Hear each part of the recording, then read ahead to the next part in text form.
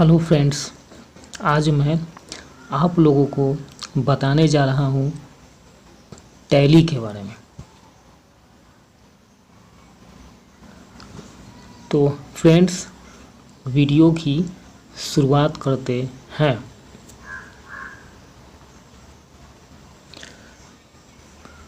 देखिए फ्रेंड्स, यहाँ पे कह रहा है कि the tally is the financial accounting software. यानी कि देखिए, फाइनेंशियल का मतलब होता है वित्तीय, यानी कि पैसा से संबंधित। अकाउंटिंग का मतलब होता है लेखांकन, यानी कि खाता क्रिएट करने का काम। और सॉफ्टवेयर एक कंप्यूटर का ऐसा पार्ट्स होता है जिसको हम टच नहीं कर सकते हैं। तो टैली क्या है? एक फाइनेंशियल अकाउंटिंग सॉफ्टवेयर है in which all types of business transactions are entered and displayed. यानी कि जिसमें बिजनेस से रिलेटेड जितना भी प्रकार का ट्रांजैक्शन होता है, जैसे कि कितना का सामान हम परचेज किए, कितना का सामान हम सेल कर दिए, कितना पैसा किसी को डिपॉजिट किए, कितना पैसा विड्रॉ किए, कितना पैसा किसी को हम पेड कर दिए, कितना पैसा किसी से हम रिसीव्ड किए। बिजनेस में जितना भी प्रकार का ट्रांजैक्शन होता है, तो सभी प्रकार के ट्रांजैक्शन को हम जिस सॉफ्टवेयर में एंट्री करते हैं और उसको डिस्प्ले करते हैं, तो उस सॉफ्टवेयर को हम टैली बोलते हैं। तो जैसा कि मैंने बताया, like purchase, sales, debit note, credit note, payment, receipt, journals, ये सब टाइप के वाउचर का हम टैली सॉफ्टवेयर में एंट्री करते हैं। आगे कह रहा है कि we can see in the tally software the trial balance, trading account, profit and loss account, balance sheet and also our stocks. यानी कि टैली सॉफ्टवेयर में हम लोग देख सकते हैं क्या क्या? ट्रायल बैलेंस देख सकते हैं, ट्रेडिंग अकाउंट देख सकते हैं, प्रॉफिट एंड लॉस अकाउंट देख सकते हैं, बैलेंस शीट देख सकते हैं, और अपना स्टॉक भी देख सकते हैं कि ओपनिंग स्टॉक कितना है और क्लोजिंग स्टॉक कितना है।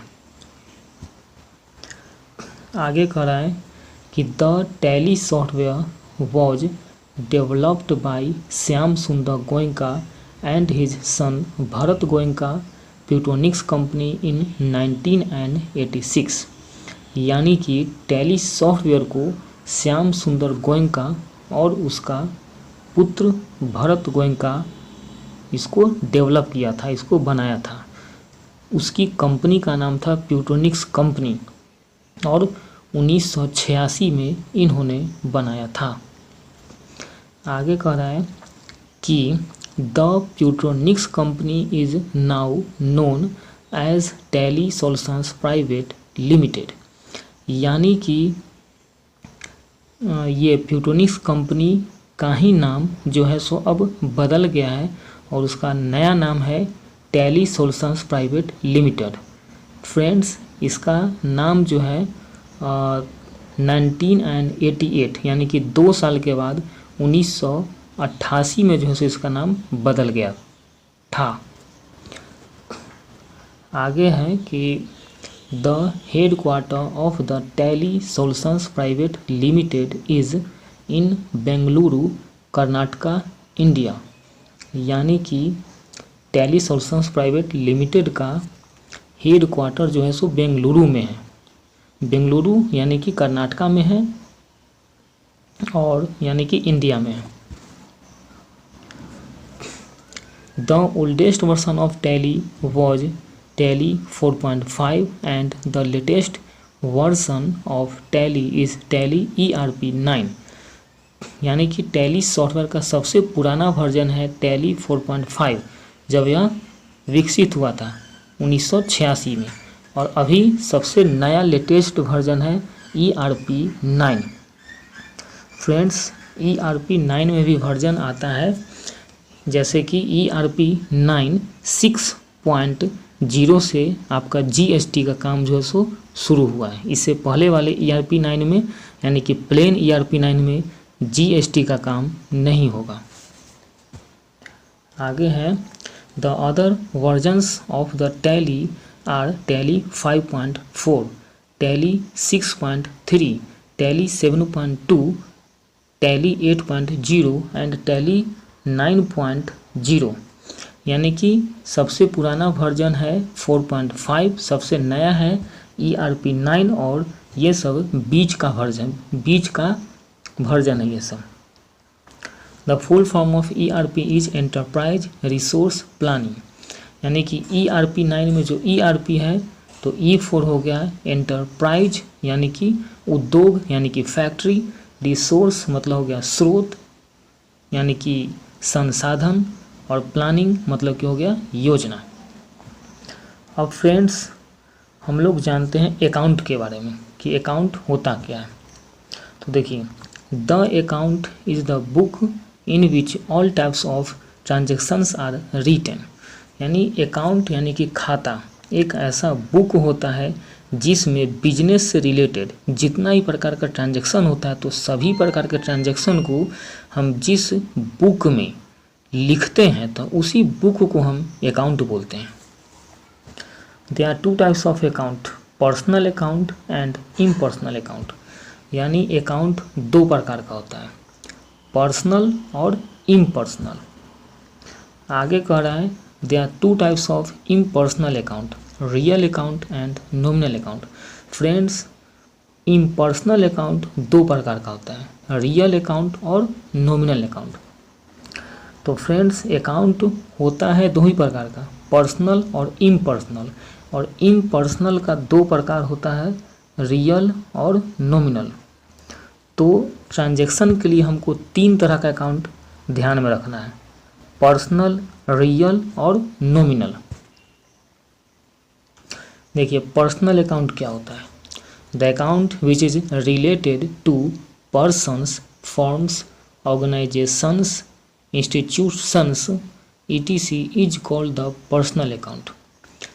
यानी कि वह अकाउंट जो किसी पर्सन से रिलेटेड होगा, जैसे Ram account, Mohan account, Sohan account. Firm बोलते हैं वैसा इंस्टीट्यूट को जहाँ पर बिजनेस का काम होता है, जैसे कोई भी बैंक हो गया, जैसे SBI अकाउंट, CBI अकाउंट।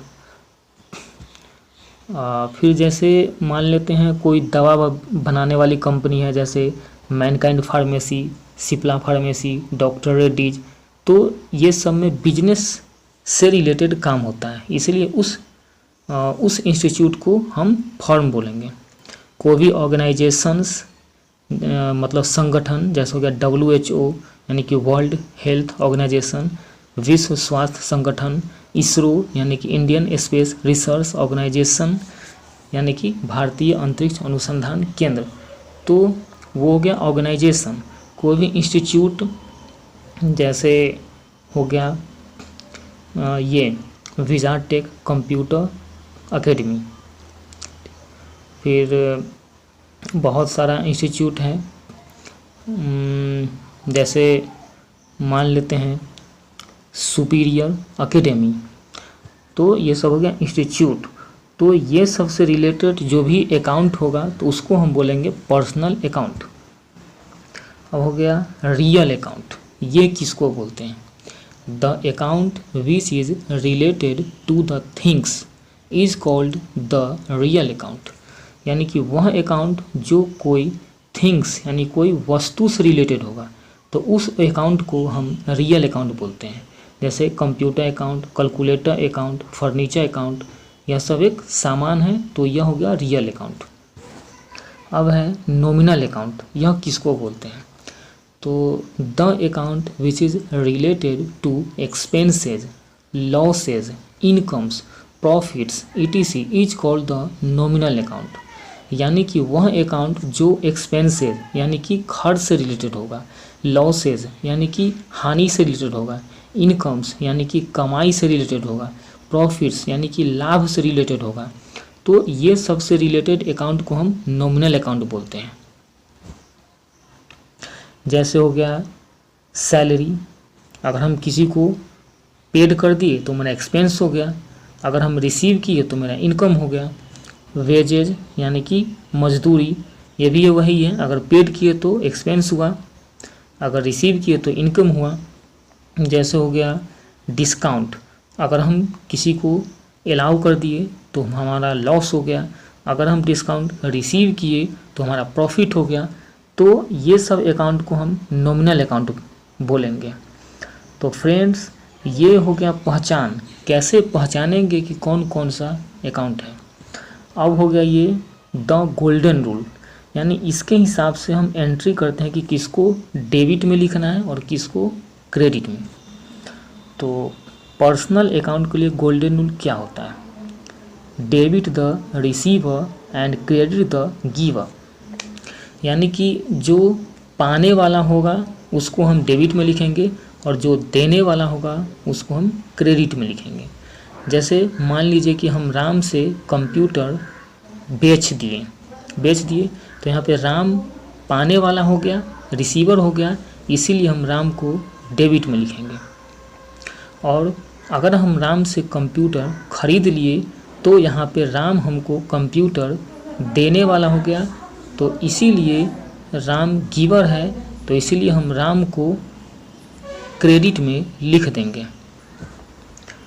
अब रियल अकाउंट के लिए गोल्डन रूल क्या होता है?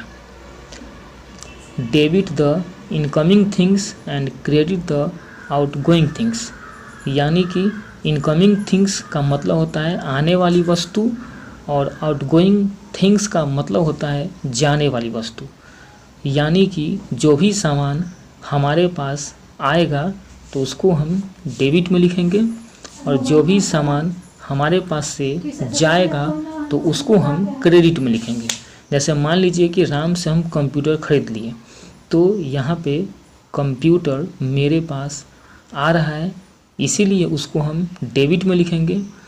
और अगर कंप्यूटर हम बेच दिए तो यहाँ पे कंप्यूटर हमारे पास से जा रहा है, आउटगोइंग थिंग्स है, इसीलिए हम कंप्यूटर को क्रेडिट में लिखेंगे। अब नॉमिनल अकाउंट के लिए गोल्डन रूल क्या होता है?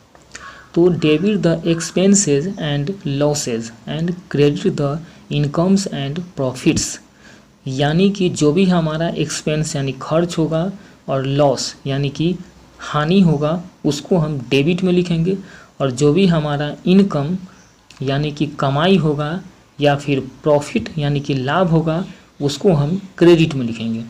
जैसे मान लीजिए कि हम राम को सैलरी पेड कर दिए, तो यहाँ पे मेरा एक्सपेंस हो रहा है, इसीलिए हम सैलरी को डेबिट में लिखेंगे। अगर हम सैलरी रिसीव करते हैं तो हमारा इनकम हो रहा है, इसीलिए उसको हम यानी कि सैलरी को क्रेडिट में लिखेंगे। और अगर डिस्काउंट हम किसी को अलाउ कर रहे हैं तो हमारा लॉस है, तो हम यहाँ पे डिस्काउंट पेड को डेबिट में लिखेंगे। और अगर हम डिस्काउंट हमको मिल रहा है यानी कि डिस्काउंट अगर हम रिसीव कर रहे हैं तो हमारा प्रॉफिट है, तो इसीलिए डिस्काउंट रिसीव्ड को क्रेडिट में लिखेंगे। तो फ्रेंड्स, इस वीडियो को समाप्त करते